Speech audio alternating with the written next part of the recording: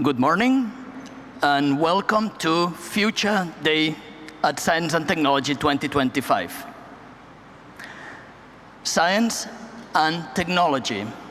How do international organizations deal with innovation? What are the benefits of keeping up to speed with technical developments? And what are the risks? In the next 75 minutes, 4 colleagues representing 4 different organizations, including CTBTO, are going to talk about this fascinating topic. So please join me and welcome the 4 panelists.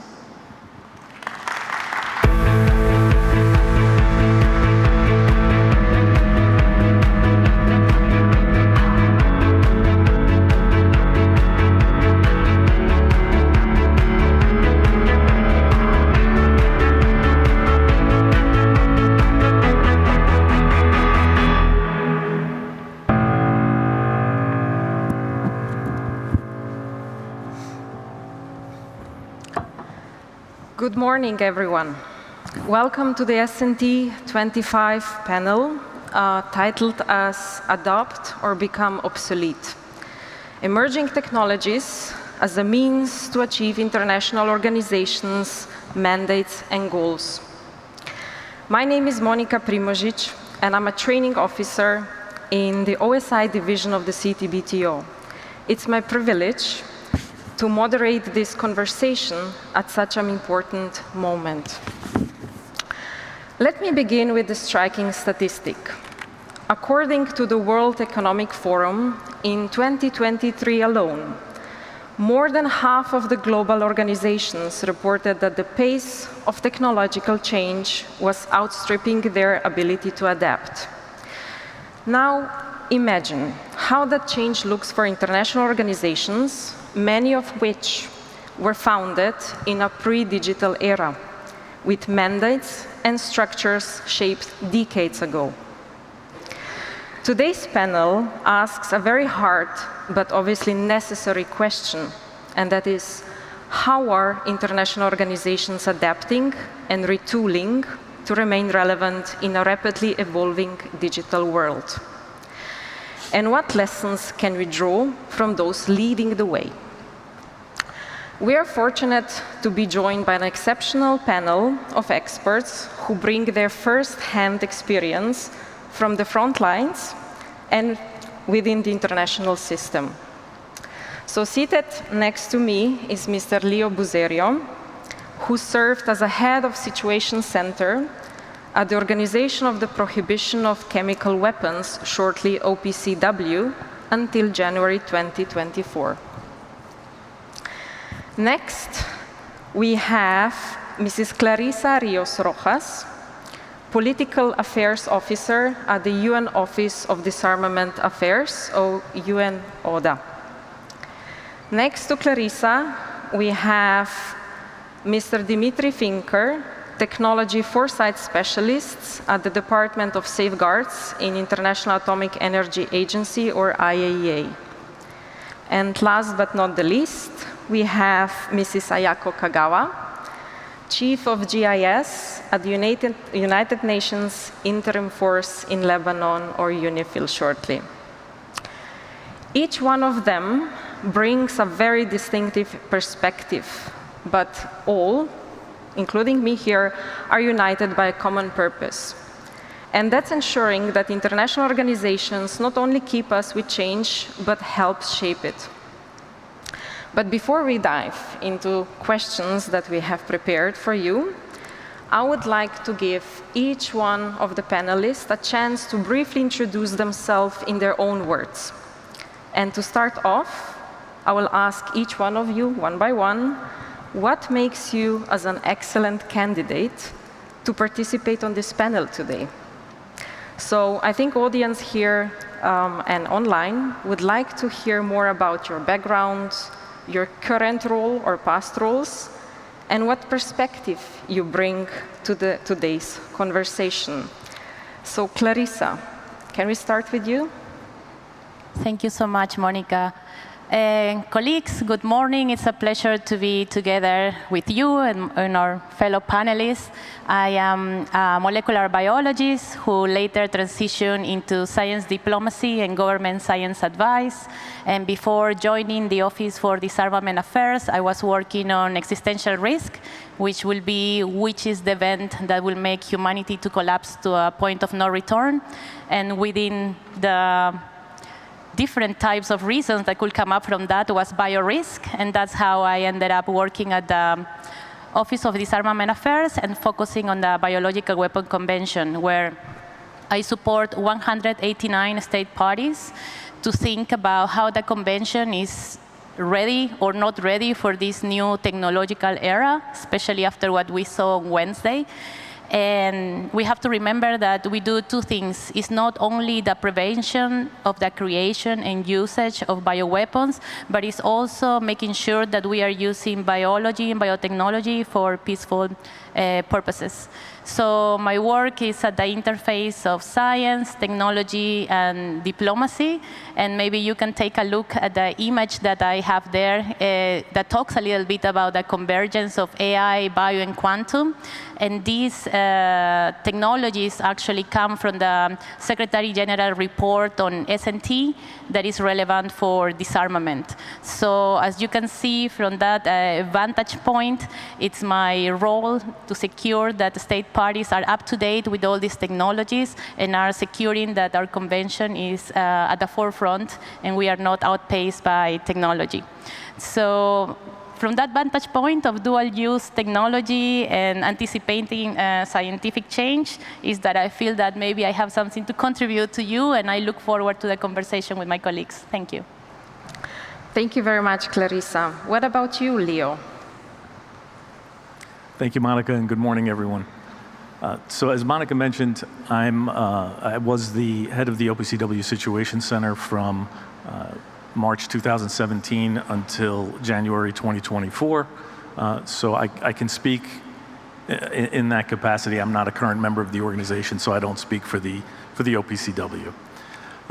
My time at the OPCW, really, to give you a little context for what my remarks or my answers will be a little bit later on in this conversation. Really, the Situation Center was developed based on the experience that the organization had in Syria. So we always had an operations center, which was essentially a communications node. But the organization's experience in Syria, where we sent inspectors into an active war zone, something that really wasn't envisioned by the convention, really necessitated the need for situational awareness. More situational awareness for not only the inspectors that we were going to send into the country to do to perform their missions, but also for senior leadership back at the organization so that they could make informed decisions.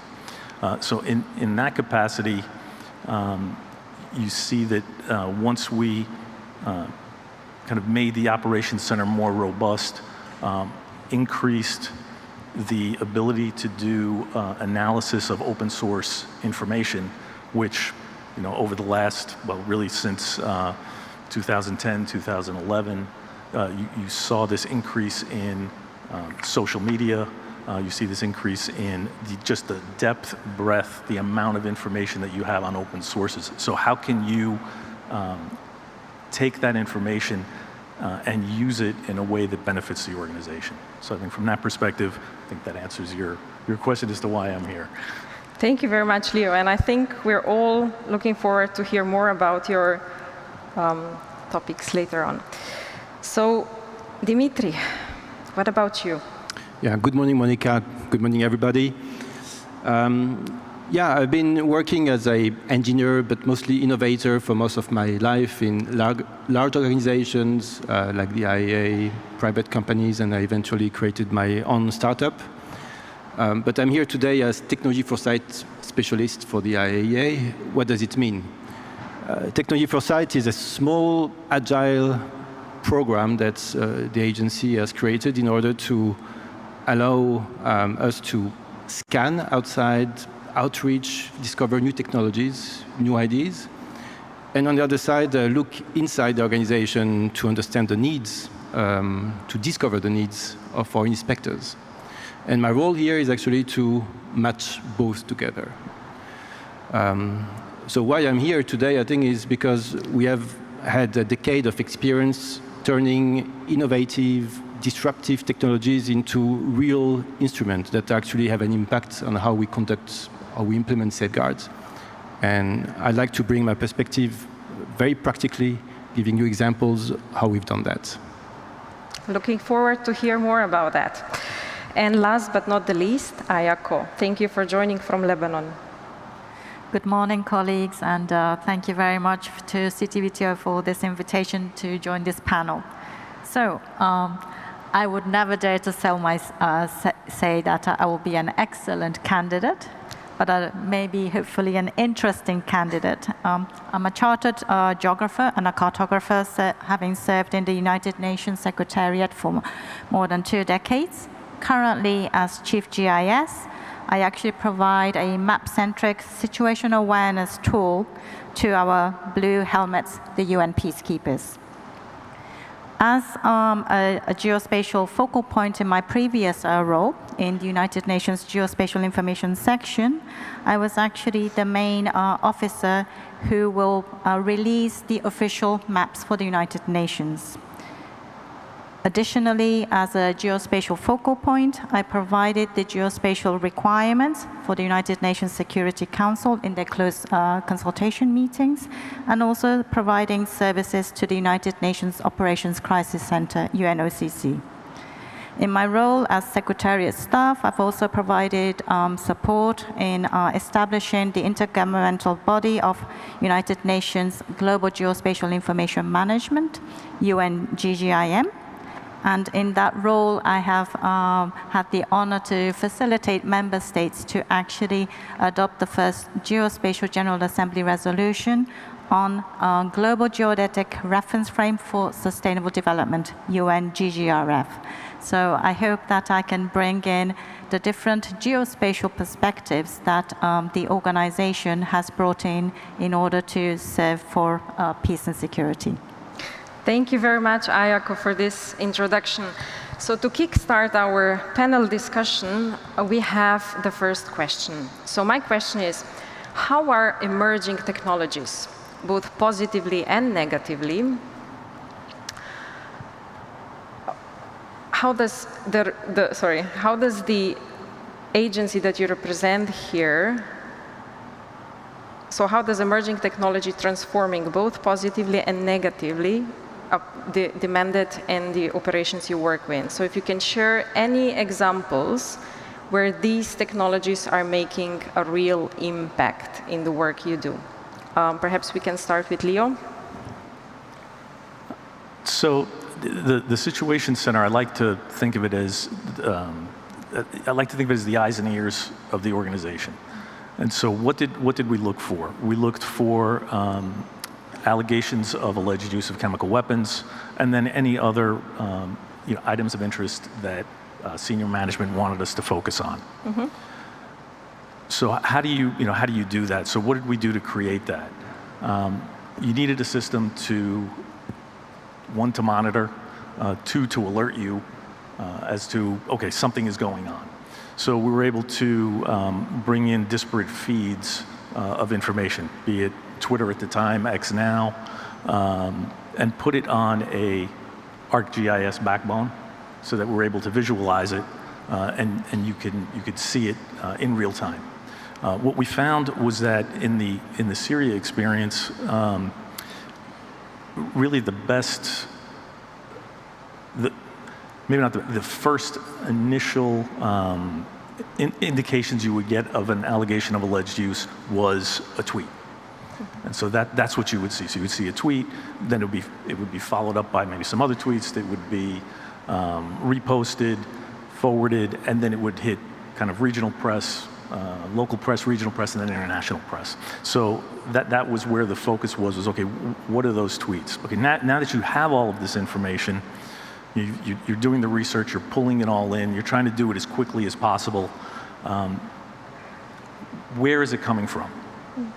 Where do you get this information? Who's sending it? Is there a message that they're trying to send? And is it factual? So what we had to do was look at the provenance of those tweets as they came in. So if you had a photo or a video that was attached to an allegation of alleged use, you could look at it and say, okay, use the technology, do the reverse image searches, and you say, okay, have I seen this victim in other incidents months before? If there's a video, you could do, and with the photos as well, you could do geolocation. And so you can say, okay, is this actually where the picture was taken from? So if you're in an area where you have identifiable markers, you can triangulate back and say, okay, I can confirm that this is where the picture was taken. Was it taken at the time of day that they say this incident occurred? So you can use, there's various programs to calculate the time of day based on what the shadows are from buildings. So you can work backwards and say, okay, we have a pretty good idea now that this photo was or was not attached to this incident. And then taking all this information, we were able to make a credibility assessment. Now, not on whether or not an incident actually occurred and chemical weapons were used, because we weren't on the ground. We were in our offices in The Hague. But what we could say was, okay, there is some credibility to the open sources that we're seeing, and so maybe this requires, this may require further investigation by a team that can actually deploy and take all of those bits of information on the ground, do their investigations, and then determine whether or not there was an actual event.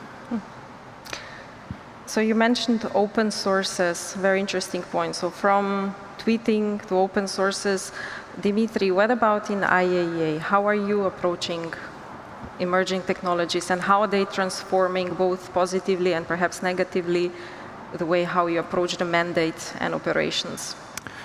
Yeah, let me remind you first, our mandate for safeguard is about applying safeguard means verify the peaceful use of nuclear material and nuclear technologies, right? So the second point is that using emerging technologies is in the DNA of the agency. If you read the agreements that have been written over 50 years ago, they already mentioned that the IAEA should take full advantage of technological innovation developments to make sure that we apply safeguard in an efficient and effective way. So that's what we have been doing since the start. I can provide you some recent examples of innovation we have introduced that have had exactly this impact. For instance, in the last years, we have introduced something called PJET. It's a passive gamma emission tomography tool that allows us to look inside the spent fuel assemblies. So this gives us the capability to look at pin level, a possible diversion, to verify that. And it's an incredible technological achievement that has, we're really ahead of our time here. So that in terms of effectiveness here, that's something that helps us to achieve our mandate. Then there's a lot of tools that have been introduced that help us be more efficient. So machine learning, of course, that assists and complements the work of our analysts to identify and catalog open source, just like you mentioned, Leo, but also reviewing surveillance data. Now, you see, technology doesn't transform a mandate. It remains the same, but definitely a way for us to make it more efficient, more effective. So it's a good complement of how our analysts work, how inspectors perform their work. The thing that needs to be very well considered and balanced is not to be blinded by technology. The IAEA has a very strong mandate that provides us access to facilities. And it's important to keep the boots on the ground, as we say, and to keep a balanced view of how we use technology and not to replace inspections or field activities. Thank you very much, Dimitri. So you mentioned the ground, and we have Ayako here who works in the field, and what about how is UNIFIL approaching this with emerging technologies? Thank you for the question. So amongst the plethora of all these technologies in the context of international peace and security pillar, I believe that geospatial technology and solutions is useful because I believe that something is happening somewhere. So I believe as a geographer that location is a foundational information that can actually bring a common operational picture. So I note that in the context of CTBTO, you actually have the GMO environment. You actually can bring different experts from your different expertise to actually have a common operational picture by bringing their own expertise. And everybody can see that information management cycle from the data collection through to the analysis and delivering and sharing that information. In the context of UNIFIL, whilst the force are reporting the situation on the ground, we as GIS in our situation awareness tool, we can actually bring additional layers of geo-referenced information such as imagery in order to show the changes on the ground in a remote way to show the changes on the environment or specific areas or targets. Additionally, we do provide surveying services to the force by actually deploying our surveying capabilities in order to allow the force to be able to report or confirm from the ground as well. So I do believe that having this map-centric solution, geospatial technology and solution, we are increasing the efficiency of the information workflow of the organization for better situation awareness and also decision-making for the mission. Thank you for this insight from the field. So Clarissa, if I understand correctly, you're based in Geneva, right? So how do you approach with UNODA the emerging technologies and their change? At the Office for Disarmament Affairs, we host different conventions. So I'm part of the Biological Weapon Convention, but if you have heard about lethal autonomous weapons, so that's a type of discussion and negotiation that is happening. If you heard about preventing an arms race in outer space, that's also other of the type of negotiations that will be happening under the umbrella of the Office of Disarmament. So across all these different fora, what we are seeing is that there is, of course, a switch in the dynamics of warfare, and we are also seeing that the very nature of warfare is changing, evolving, and at very high speed. And you can think from drones to the use of AI in the military domain.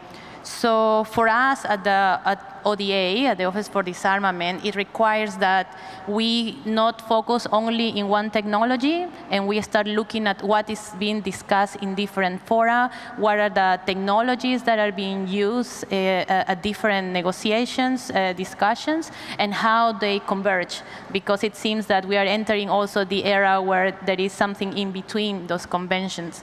We have to focus, of course, in cross-fertilization. What can we learn from different discussions?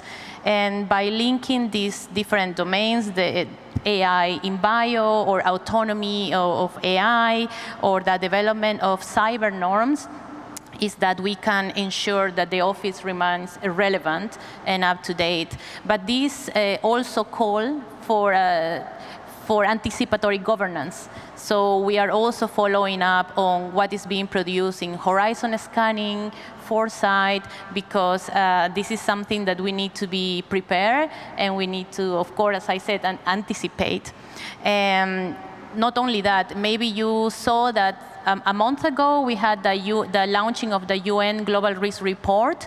If you go there, you can see what are the top 20 risks that are in the minds of everyone in the world, because this is based on a survey. And in my particular case, biorisk and pandemics are between the top 11, but also in the part which is that we are less prepared and also most interconnected. So if they happen, not all, but most of the different crises will also going to be unleashed.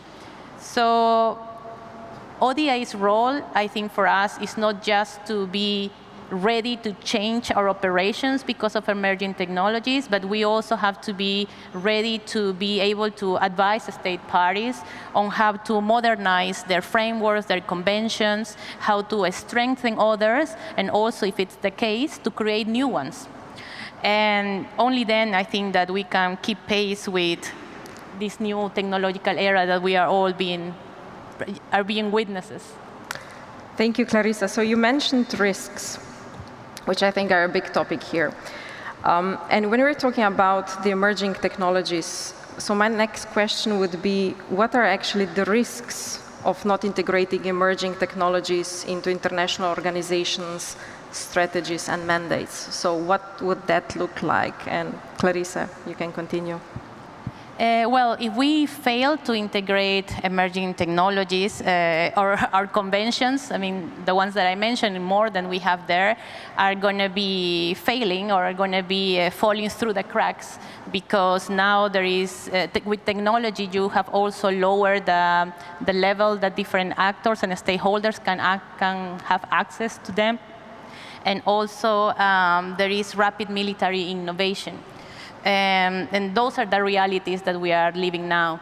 In the case of compliance and verification, we cannot think about how, for example, in the case of biological weapons, we cannot be thinking in the times of the 50s or even in the 90s anymore. We are talking now about biodesign tools, which means that we are also talking about cloud labs, laboratories that you can access online to do AI biodesign tools. And that means that anywhere in the world, you can be logging in and creating these different types of maybe pernicious or like damaging types of biological weapons.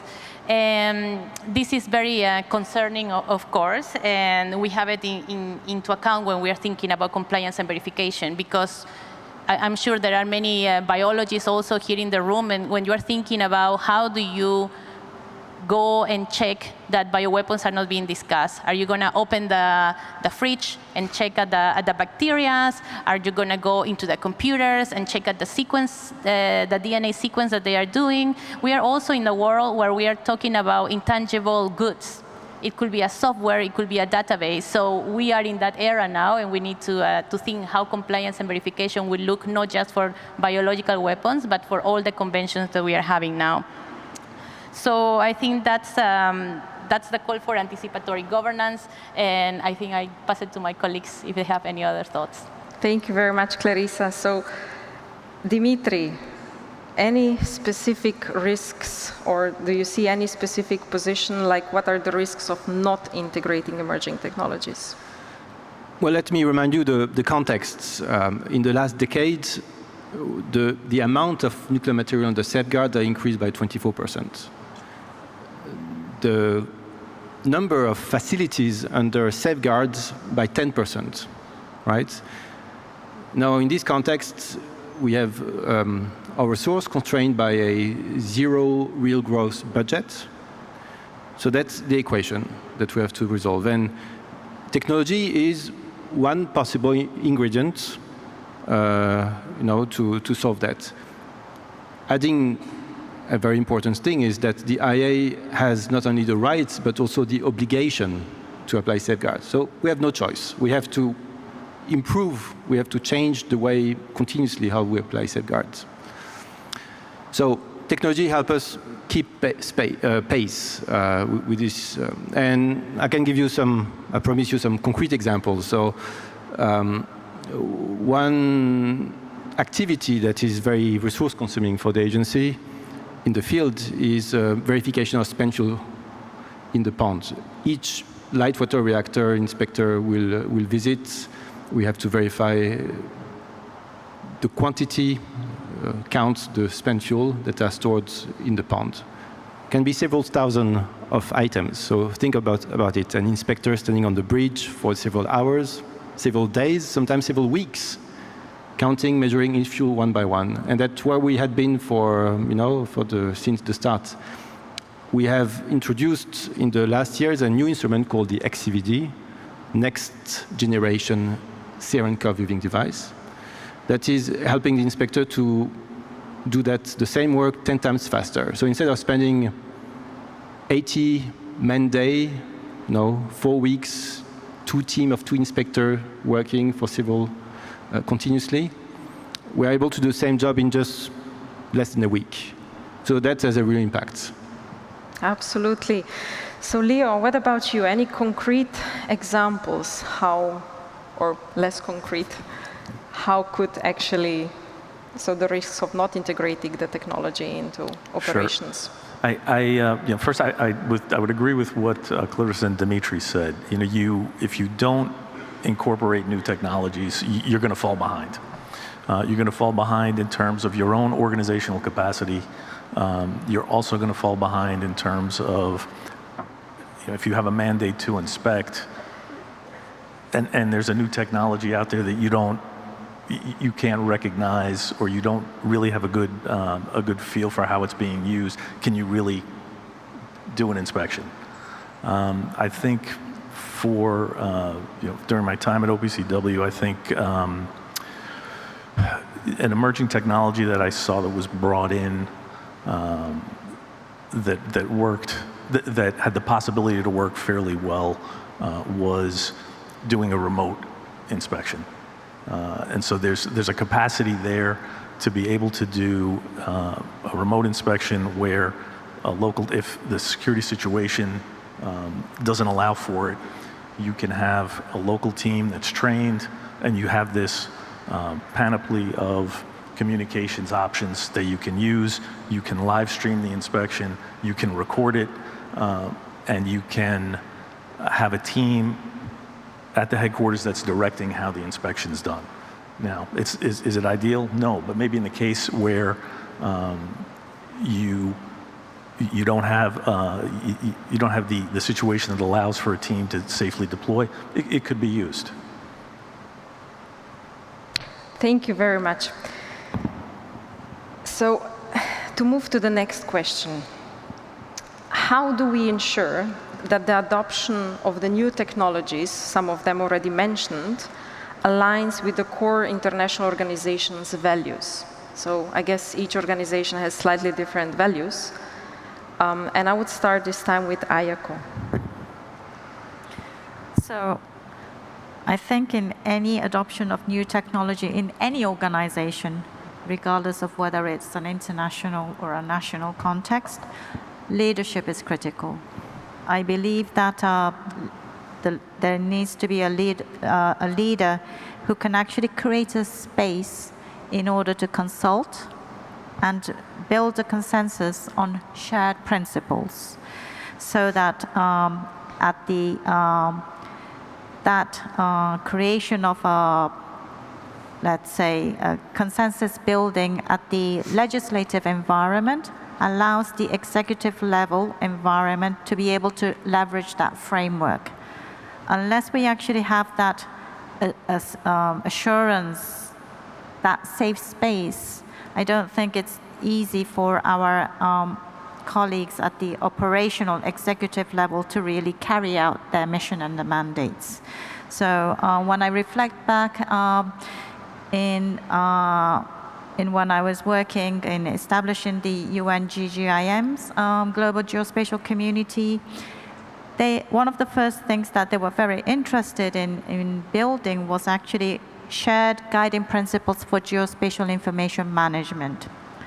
And let's say, guiding principles included elements such as innovation, governance, compliance, all which are not technical issues. So I think, to actually create that space to ensure that we collectively can bring in technology to align the organizational values is very important. Having looked at our upcoming General Assembly's 80th session agenda, I note that there is a high-level meeting to launch the global dialogue on AI. And in the context of peace and security pillar, I note that there's going to be an open debate on AI and international peace and security. So I see that our leadership is going in the right direction. I do recall once that the Secretary General had mentioned about we need, in order to resolve 21st century solutions, we do need to reflect on what are the 21st century problems. So from that context, I do believe that in order to align our organizational environment and also values, we need to make sure that we at the executive and the operating environment to also review our operating framework to ensure that we can create that space to really align how our operating environment is ready to actually adopt with new technologies without fear. Thank you. Thank you, Ayako. So, Leo, I know that you mentioned at the beginning that you're not with OPCW anymore, but how do you ensure, like in your past experience, obviously, that the technologies that you implemented actually were aligned with the values of the organization you work for? In terms of bringing new technology on board, I think the first thing really is you need to do a good, you need to have a pilot program. You need to see what the effect is going to be. Are there policies that need to be changed? Are there work instructions, directives that need to change to bring that on board so that you're still maintaining the organization's values? From this change where we started to analyze all of this open source information that was available, I think I mentioned it earlier. If someone's sending a tweet, a Facebook post, there is a message behind it. So there is a bias there. There's also, as an analyst, you have your own biases that you bring in. So the first step really is recognizing kind of both of those facts and saying, okay, I understand what my biases are. I'm looking at this as, an American male growing up in that environment, for example. So you bring that perspective in. So as long as you can recognize, okay, yeah, I do have a bias. What are the messages that are trying to be sent, and then filtering that out so that you can do an analysis that's even-handed and provides the information from a variety of sources that senior leadership can use. Thank you. What about Clarissa? Can you continue on this? Equity, human rights, sustainability shouldn't be an afterthought. It should be thought from the very beginning and the inception and the design of our frameworks and how we embrace technology. And for the United Nations, we have different invaluable documents, the UN Charter, the human rights, also the SDGs, all of them at their heart, they have different values that can help support our frameworks. We are talking about peace, international law, equity, justice, global solidarity, and this can help us to adopt this new type of emerging technologies. But what does it mean in practice? In practice, it means that we need to ensure inclusivity and participations of middle and low-income countries as well. And they have to be part of the conversation also for norm setting and also for access to these emerging technologies. And when we talk about capacity building, we think that every emerging technology should be paired with training and support, so no country is left behind. And only embedding this type of values, being equity, being sustainability, human rights, is that we can design at the heart of the innovation of these emerging technologies, and then in that way we can strengthen rather than undermine how peace and security is being built from now onwards. Thank you, Clarissa. So you mentioned capacity building, and everybody in this room who knows me knows that capacity building and training is my passion. And considering that I work in a training section, we do agree that balancing innovation, we need to balance innovation with the purpose. So not just that we are merging and incorporating all technologies into our programs, we both looked about opportunities and challenges it brings us. So obviously we look at how technology we are using clearly enhances training outcomes. And not just this. So recently, and you've seen downstairs in the area of OSI exhibition, we had a tent and it's still there.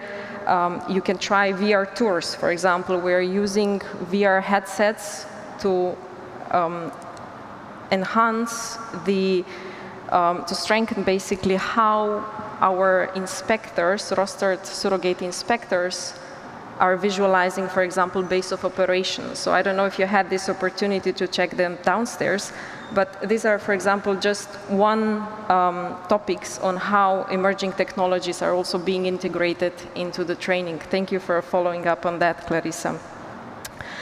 So my next question will be first for Dimitri. And so can you share an instance, for example, where technology that was initially seen as disruptive later on turned actually a major asset in our organization? So something that maybe at the beginning you had a little bit of pushback, and how it turned out into a big success. Yes, I mean, it's an excellent question, and I'd like to show you an example. Is it visible on the screen? Yes, that's it. So this is, what you see here is the RCBD, the robotized Serent curve viewing device. It's also spent through verification. It's a good example because it is actually a very time and resource consuming activity. So what you see here is an interesting example. This is a floating device that we will place under this blue platform where you got water, and under the water, inside the water, you have spent fuel. And before using this robot, there was really no easy way or very complicated way to verify the fuel underneath. We had to open, we had to put instrument underneath, which was very time consuming. So now this robot is routinely used in a few facilities, and I've got more requests to deploy that I can ensure myself. But it was not always like that. When we started the project a few years ago, there was a lot of skepticism, not only from the operators, but on our side too, in IAA. And there were shared concerns about, we call that FME, foreign material exclusion, which is the problem that occurs if you have a small piece of metal falling inside the water that can get stuck in the pump of a nuclear plant, high pressure systems, millions of euros of damage, right? So you need to make sure that you don't have any loose material that can fall. How can it be decontaminated? Is it safe? You got batteries, you have maybe high voltage cables going through. So basically, that was deemed as almost impossible to deploy. But what we did, we engaged very early on with the operators. We listened to their safety concerns. We addressed them one by one. We shared our engineering designs. And progressively, we realized that not only the robot was safe, but it might actually be safer than sending someone on the bridge. It's easier to make sure that something floats, that is designed to float safely, than having unpredictable people, not only inspectors, but operators themselves, the bridge operator, that have pens, glasses, everything that can, you can forget. So first it was safer. Then also the operators saw benefits, less resource on their side. They don't have to send a bridge operator with us, 8 hours a day for several weeks, but they just need to bring the robot in the water at the start of the day, pick it back at the end. They don't need to turn off pumps, so less safety issues, and so forth. So that's, I think, a very good example where technology initially was thought to be disruptive, but actually really became a cornerstone of cooperation between facility operators and IAEA inspectors.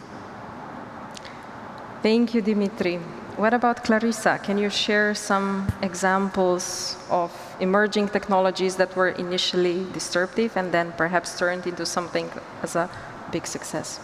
Yes, for example, satellite imagery at the very beginning was a very guarded military capability, but nowadays we all are using it some way or the other one, and it's being used for different things. It could be used for verification of disarmament.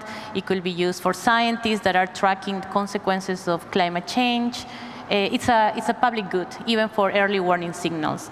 And recently I visited a quantum company in Geneva, and they were explaining me that now with the technology quantum key distribution technology, that I also saw it on Wednesday, they are building this ultra-secure communications network. And that opens up, a realm of possibilities, and I found it very interesting. Another example that is also close to my work will be genetic sequencing, that at the very beginning, because of the dual use, it was people were a bit cautious and alert, but we saw during the pandemic how scientists in real time were sharing the sequences on different parts of the world, and that was one of the key bases that we used to develop new vaccines. And those examples, I think, are ways on how we can see that emerging technology is supporting, for example, in pandemics, global surveillance of new variants. And now with QKDs, we are even using the satellite networks even farther. So these are two examples that when technology is complemented with safeguards, we can have powerful enablers to build trust, transparency, and collective security. And this brings me a little bit back to your second question, because when you were asking about what are the opportunities to embrace emerging technologies, but what are also the risks. One of the risks will be that we embrace emerging technologies too quickly, and we do it in a rush way without safeguards, and this could open opportunities for misuse, for breaking trust, and that will be very undermining for our conventions. Thank you very much, Clarissa. What about Leo? Can you share some examples with us? Yes. I talked about the kind of the depth and the breadth of open sources for what the Citizen did, but it's also there for the inspectors. And even on just the industry inspections, the ability for them to use, just to echo what Clarissa said, just the ability to use Google Earth imagery to plan for their inspections, just to go on a normal routine inspection to a plant site somewhere in the world, it is really was really a multiplier for them in terms of how they did their inspections, how they conduct them, maximize the use of their time on that inspection. I think initially, when you introduced us, you talked about organizations that have been around for a while. This technology wasn't there.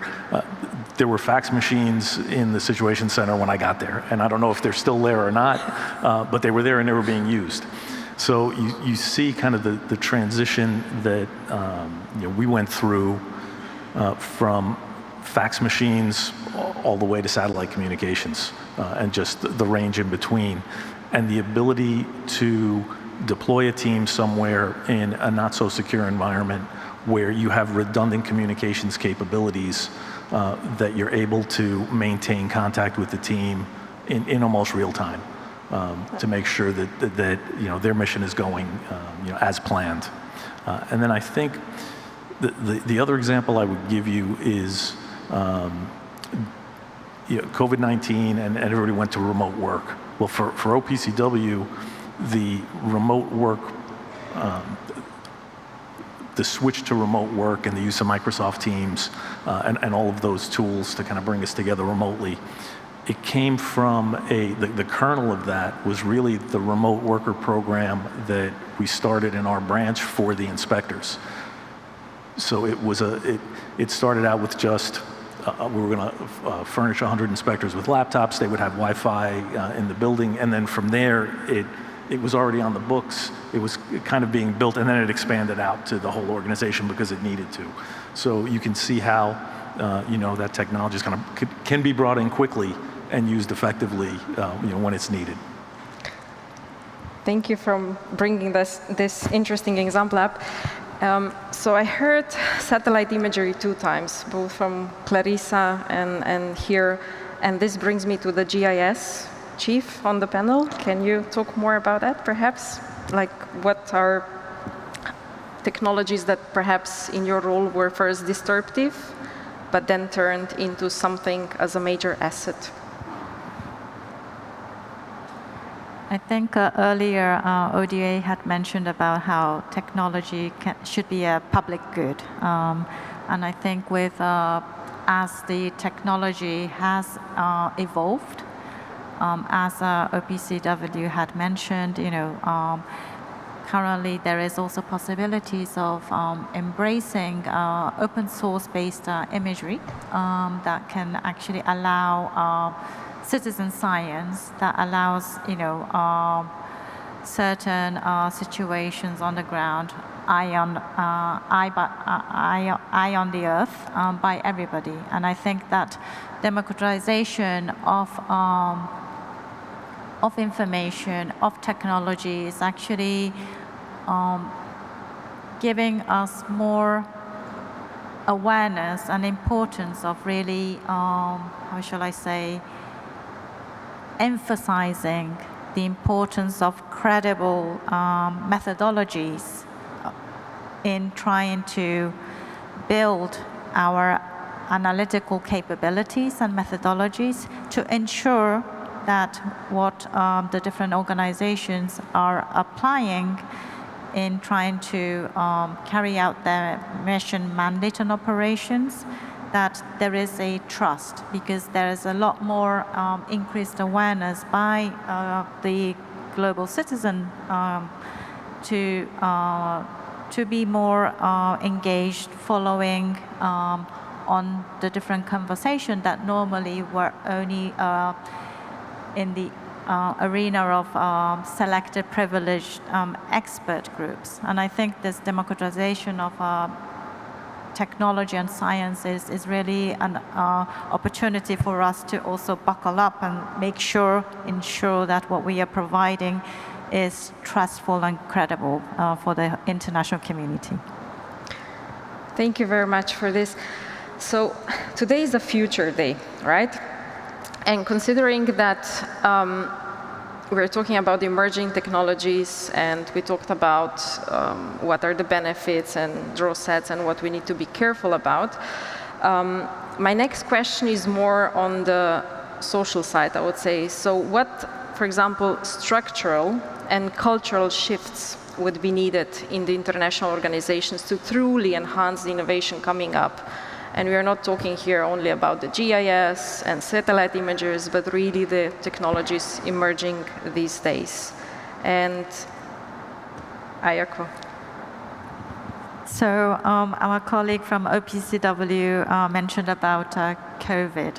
This global health challenge or crisis that impacted the global community actually forced and demonstrated the possibility of technology. And I do believe that this delivery and deployment in an exponential speed of online communication platforms that we had to use in order to ensure business continuity is an example that sometimes it's the external factors and pressures that bring organizations to actually embrace technology and innovation. I do believe that, I'm going to repeat a little bit what I had mentioned earlier. I do believe that it is important to have leadership, a leader who understands the importance of transferring the existing workflows and procedures of the organization into a digital environment. However, digital transformation is not only about the technology, but actually about the people, the governance, to ensure the availability of credible and reliable, trustful data and technology. And therefore, I always talk about, in order to have a successful deployment of new technology or a new environment, it is important for us to actually strike a balance between people, governance, data, and technology. Without any of those elements properly in place, we will not be able to actually bring out that new era of innovation.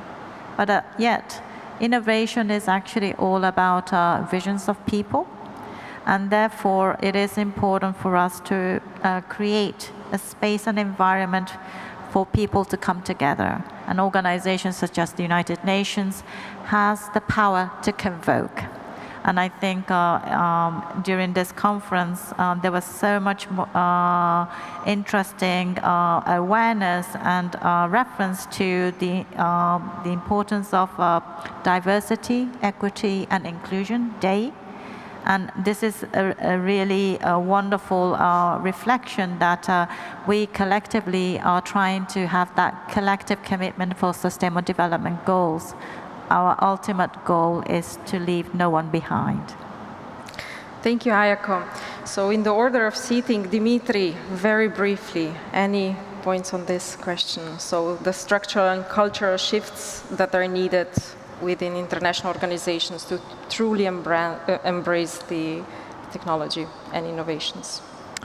Yeah, it's an incredibly rich question, so let me at least try to propose one angle. The fact is, IA safeguard has been always seen as a very niche market, right? We have requirement, we do measurement that nobody has almost in the world. So traditionally, we custom build a lot of our instruments with very specific partners. Now, if you look at the world of technology, it has evolved much faster than any organization can evolve. And it is maybe sometimes more efficient, more cost-effective to integrate commercial instruments instead of building them from scratch. So to do that, you need to reach out to new partners, to new technology providers, and it's less comfortable, and you need new mechanism to do that. So one of them that we developed in the last year that have been incredibly successful is to run crowdsourcing challenges. So instead of publishing a very technical statement of work just for a few, very specific partners, we phrased our problems in a way that actually can be interesting to a lot more diverse crowd. We advertise it on the internet as widely as possible, and then we receive usually dozens, sometimes hundreds of responses from partners that have never worked with us, people we never heard of, small startup in a garage, people making drones and proposing the technology for like image processing, for instance. And this has led to incredibly successful development. XCVD that I mentioned, the robots, both of them were initially conceived with these partners. Thank you, Dimitri. Clarissa. Thank you, Monica. I already mentioned foresight and anticipatory governance as not as an ad hoc thing, but as a continuous way to support our discussions across different regimes.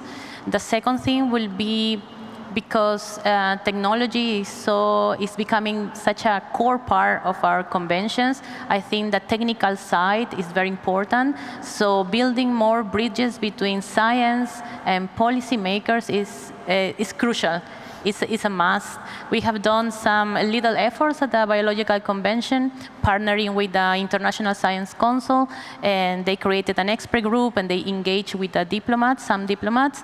But it's worth mentioning that we are not looking for the scientists telling the diplomats the facts. It's a bi-directional conversation where the scientists also understand what are the nuances of geopolitics, of economics, and diplomacy. The third thing will be to increment or increase the literacy of our staff in terms of different types of emerging technologies, not to become experts, but at least to be knowledgeable enough to have the authority and to have also the trust from state parties that we can give advice. The UN, with UN 2.0, is already going on that direction, but I think that what we need is to create a sense of urgency.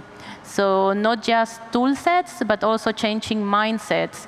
I don't know if you have heard, but some months ago, a new AI was released. And this AI was the creation between company and academia. And it's an AI that is multimodal. So it means that it could read, it could see, it could process different type of data. In case for bio, because this is an AI for bio, it can process genetic sequence, protein interactions of different molecules, and it's also multi-agent. That means that it has different agents that have a specialized tasks. They compete, and then they produce a final result. And this AI does the whole scientific process, from hypothesis generation, design of experiments, conducting the experiments, tweaking around, producing a report based with biology principles.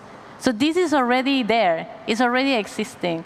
And this is maybe an example, there must be many more and upcoming, that perhaps can help us to sense this urgency that we need to embrace, understand, and think about safeguards, and think about how can we do it, as we were talking before, having core values at the very basics of the design. Thank you, Clarissa. And last but not the least, Leo. Thank you, Monica. I think to echo Ayako's comment, it's leadership.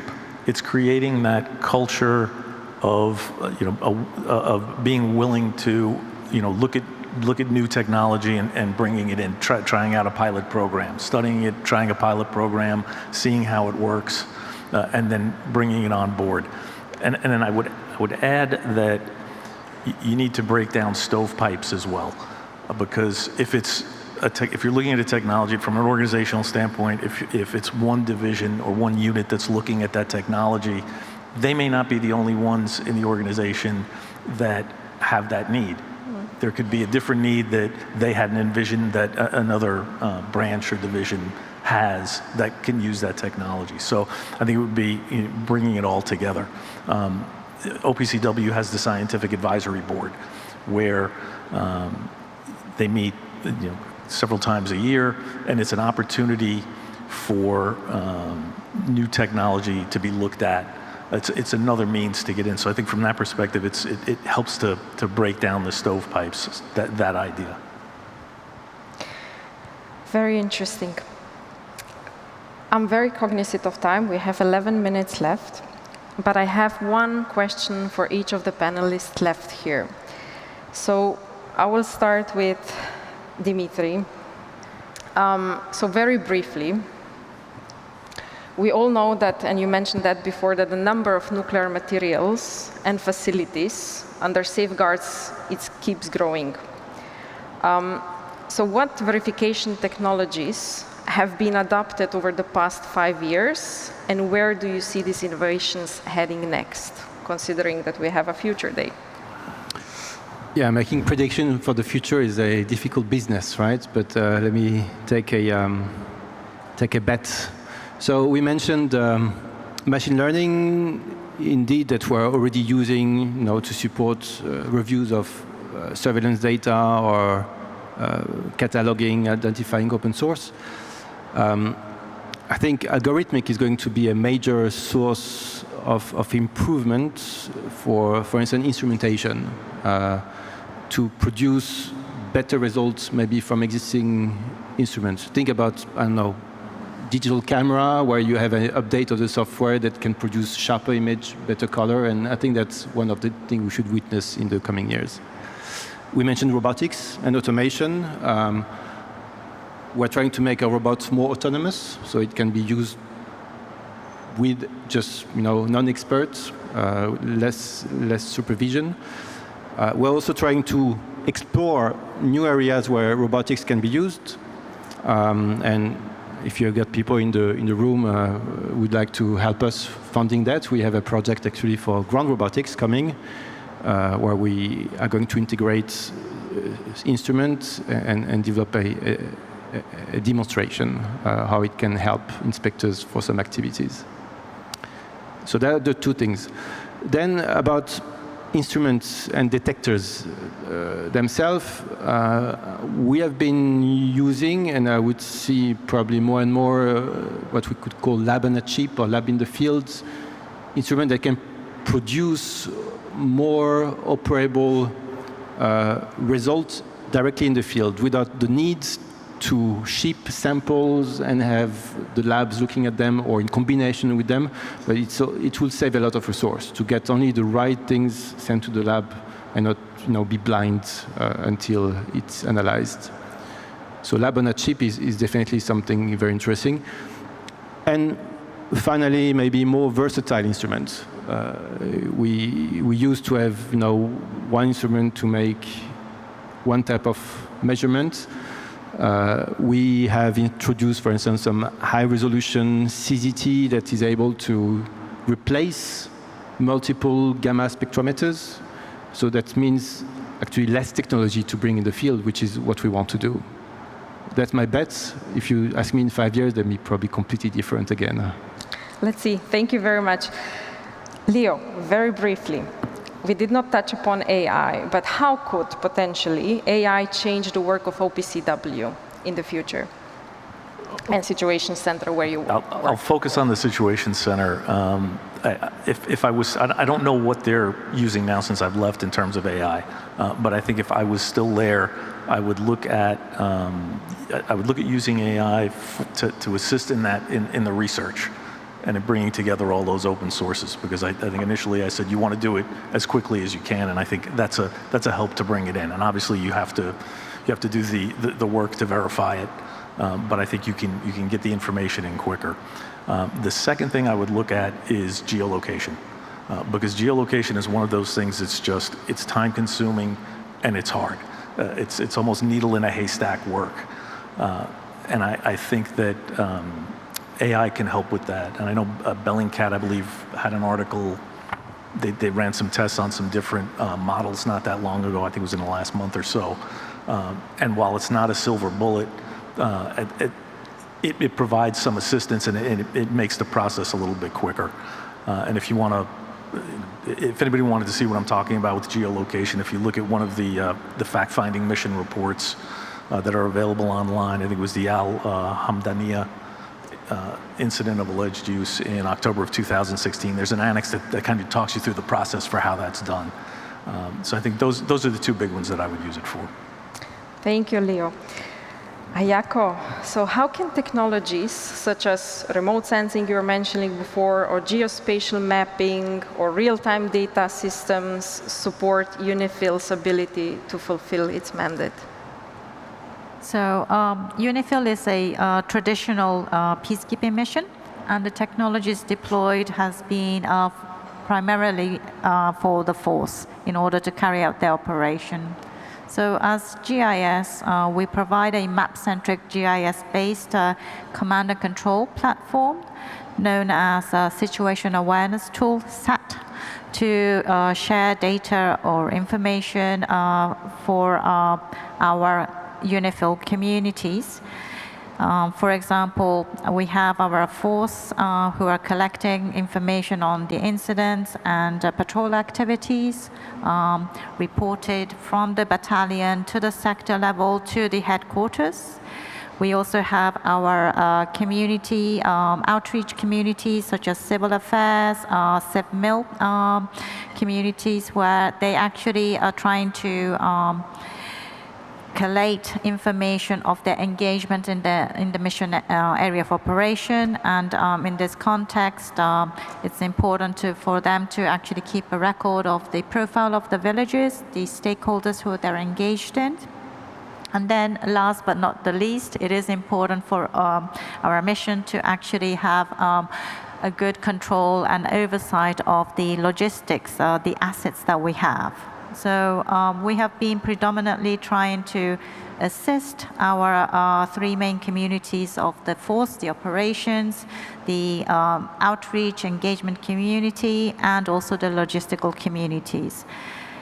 As I mentioned earlier on, we also are deploying the survey technology so that as long as the survey infrastructure and the environment permits, we are in a position to provide centimeter accuracy of locational information using the course framework, continuously operating a reference system in order to be able to report and confirm locational information within the mission area of operation. And as I mentioned several times, we actually use satellite imagery remote in order to allow the force to remotely monitor the changes which is happening in the mission area of operation. Next slide, please. At the end of the day, what we are trying to do is to facilitate our UNIFIL community to have a common operational picture. And as I mentioned previously, it is very important for us to strike the balance between people, governance, data, and technology. So it is not about bringing in the technology, but to try to make sure that we are responding to the requirements of our community, the people, assisting, facilitating them to increase their efficiency of their information workflow in the context of the governance, the workflow, and only then we are able to assist them to bring about what kind of data they would like to have from the battalions to the sectors through to the Force HQ, and those aggregated information are reported back to the headquarters Department of Peace Operations, but also to the Security Council meetings. And I think what is important is that we are trying to facilitate our community to really bring about data in order to translate them into information, intelligence, and hopefully wisdom in order to actually support the evidence-based decision-making for the mission. Thank you. Thank you, Ayako.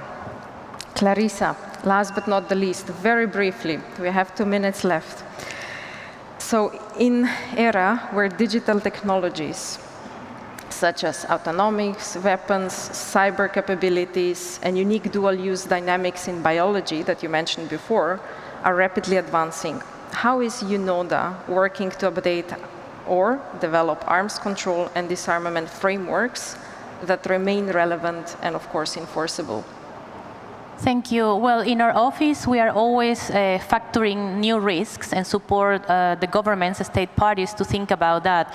For example, right now, we are the secretariat for all the ongoing negotiations and conversations on cyber, also in lethal autonomous weapons, and also PA11, which is the prevention of an arms race in outer space. And with the biological weapon convention right now, your governments are discussing if they are going to create a science and technology advisory board and an international cooperation and assistance mechanism. Brackets, I want to say that we have to remember that our offices, UN offices, don't do anything that is not mandated by state parties. So even though the Convention on Biological Weapons is 50 years, we don't have a verification process as our sister organizations. If you look at nuclear, it's 2,500 staff. If you look at OPCW, it's 500. We are only 4. trying to support state parties on preventing or having a world free of bioweapons. Together with WHO, we also co-chair the BioRisk Working Group that is set to secure that the UN offices can work together in the case of a biological deliberate event.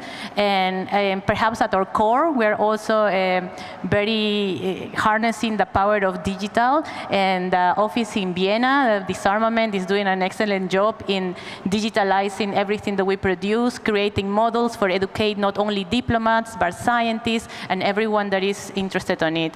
And I know that there is this phrase that says, it takes a village to raise a child. I will say that it takes a village also to raise our conventions and make it better. So you all are part of it, if you want. Thank you. Thank you, Clarissa, for this very speedy answer. Thank you very much.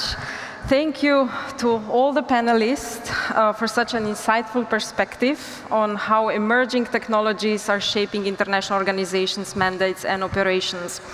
Unfortunately, we ran out of time, so we cannot take the questions that are on the that you have kindly shared with us. I would encourage you.